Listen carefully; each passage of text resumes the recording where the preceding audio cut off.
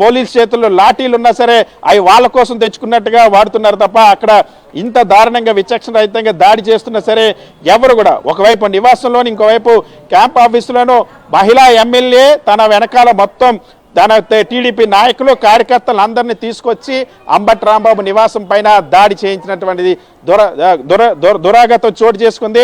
ఈ రాష్ట్ర చరిత్రలో ఏ ఒక్క రాజకీయ నాయకుడి నివాసం పైన ఇంత దారుణంగా ఇంత విచక్షణ రహితంగా ఇంత విశృంఖలంగా గూండాయిజం జరిగినటువంటి సందర్భాలు లేవు. ఏ ప్రభుత్వంలో కూడా ఇంత అరాచకం జరిగినటువంటి సందర్భాలు లేవు.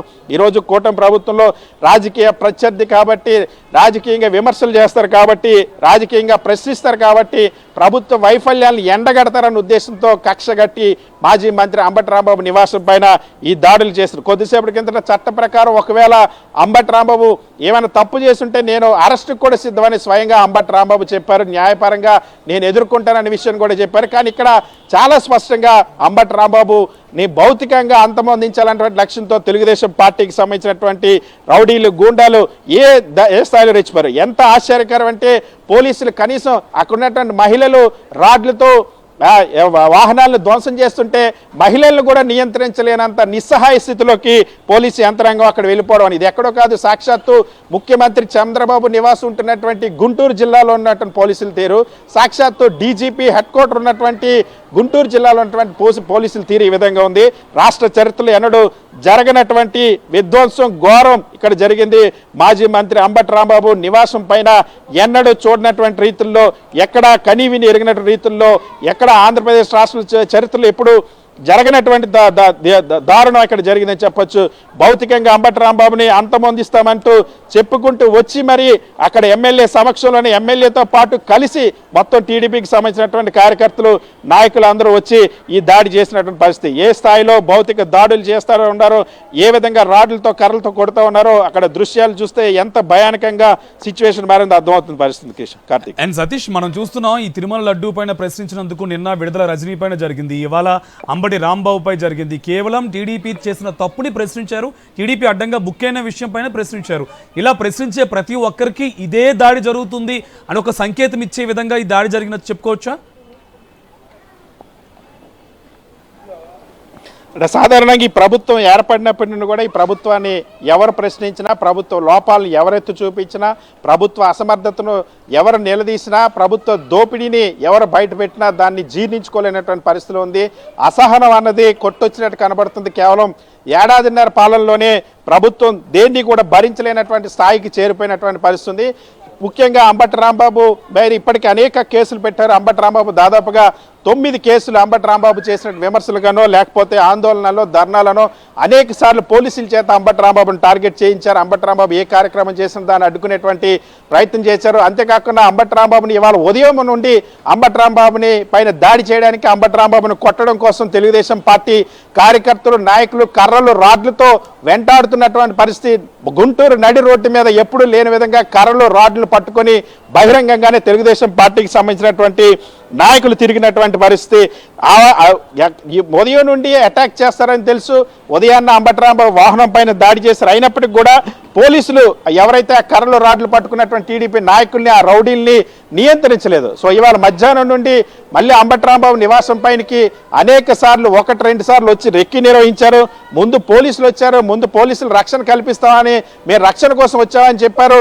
మళ్ళీ పోలీసులు ఎందుకు వెళ్ళిపోయారో తెలియదు. పోలీసులు వెళ్ళిపోయిన తర్వాత మళ్ళీ వీళ్ళు వచ్చారు. అంటే ఇక్కడ చాలా క్లియర్గా అంతా పోలీసులకు తెలిసే జరిగిందన్నటువంటి అనుమానాలు కలుగుతున్నాయి. ఎందుకంటే ఇక్కడ కూడా పోలీసులు ఎమ్మెల్యే అక్కడికి వస్తున్నప్పుడు ఎమ్మెల్యే బయలుదేరి ఎమ్మెల్యేతో పాటు 100 మంది టీడీపీకి సంబంధించిన నాయకులు కార్యకర్తల్ని కర్రలు రాడ్లతో పాటు ఎమ్మెల్యే ర్యాలీగా వచ్చి మరి ఇక్కడ దాడి చేశారంటే ఏ స్థాయిలో బరితెగింపు ఉందో, ఏ స్థాయిలో రాష్ట్రంలో శాంతి భద్రతలు విఘాతం కలుగుతుందనే విషయం స్పష్టమవుతుంది.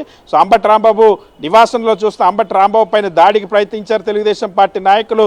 అంబటి రాంబాబు నివాసాన్ని ధ్వంసం చేశారు.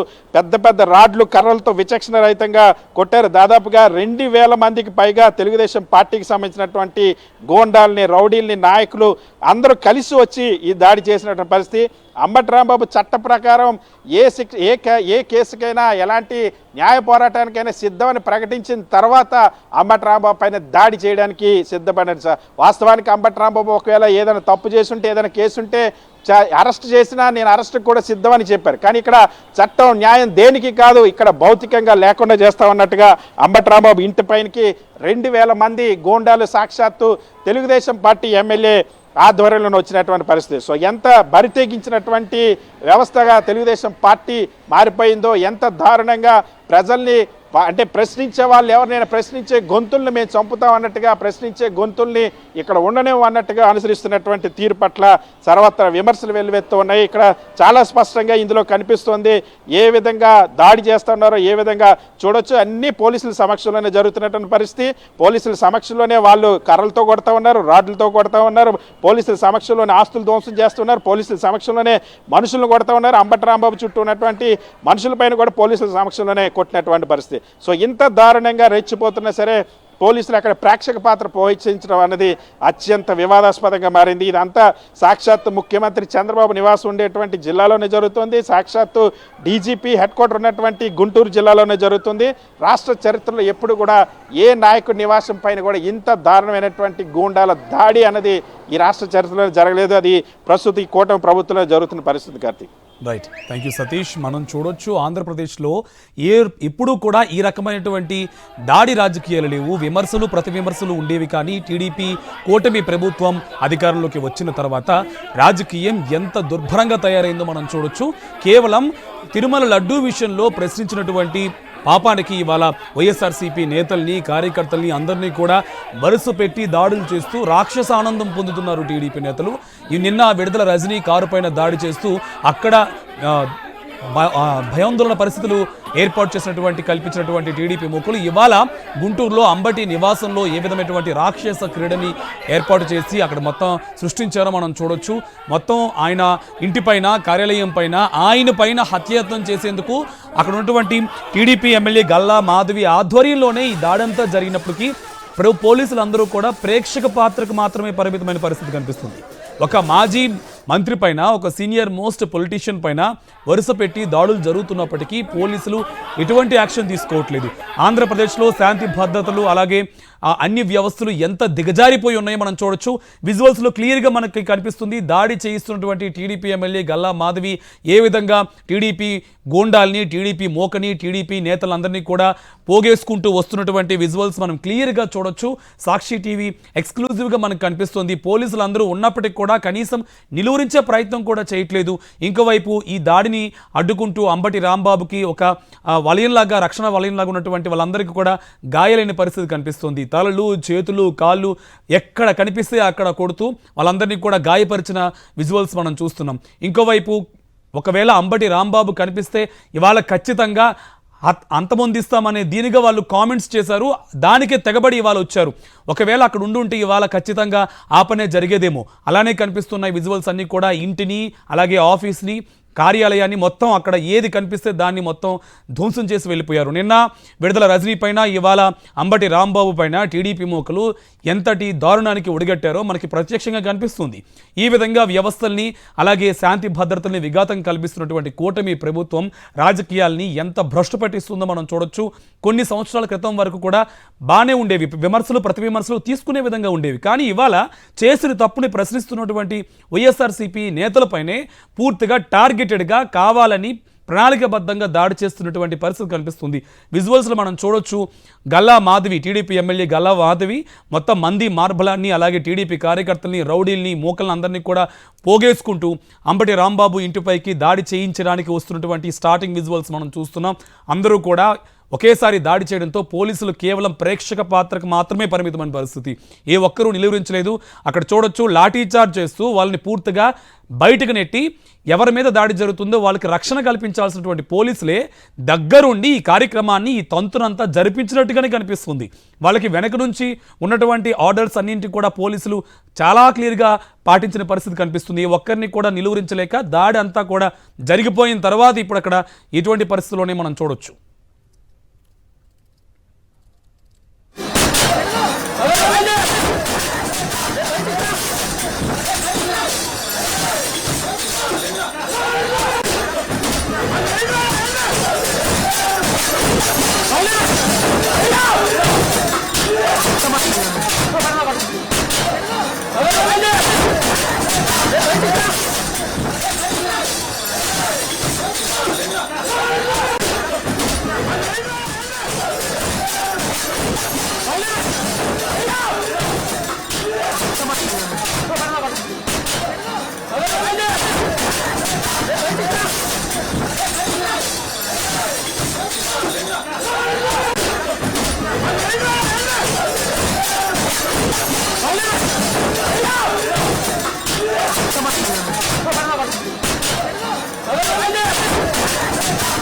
ఆంధ్రప్రదేశ్ను ఆటవిక ప్రదేశ్గా మార్చాయి టీడీపీ మోకలు. ప్రశ్నించే వారిని అంతమొందించే లక్ష్యంతో కూటమి ప్రభుత్వం ముందుకు సాగుతుంది.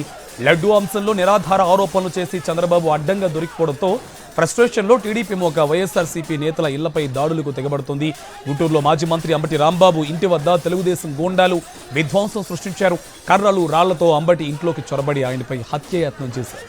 ఇంట్లో కారు, ఫర్నిచర్తో పాటు వస్తువులను ధ్వంసం చేశారు.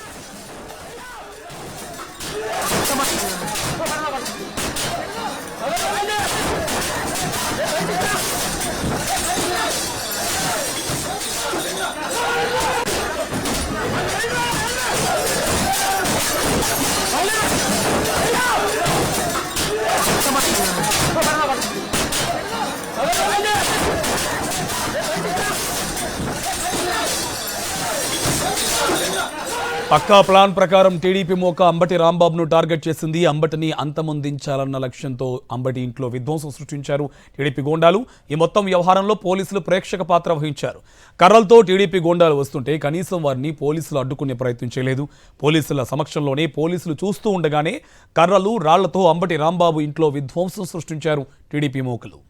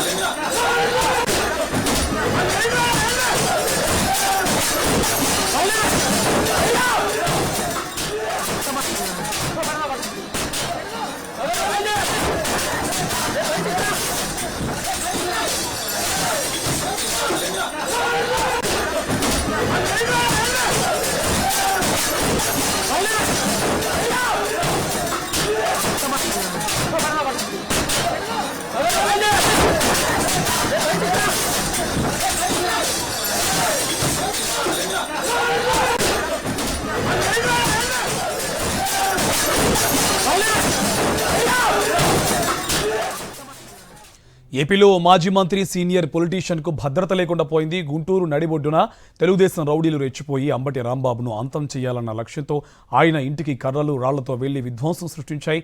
ఈ దృశ్యాలు చూసిన ప్రతి ఒక్కరూ అసలు ఇది ఆంధ్రప్రదేశేనా, ఆటవిక రాజ్యమా అన్న ఆశ్చర్యంలో ఉండిపోయారు.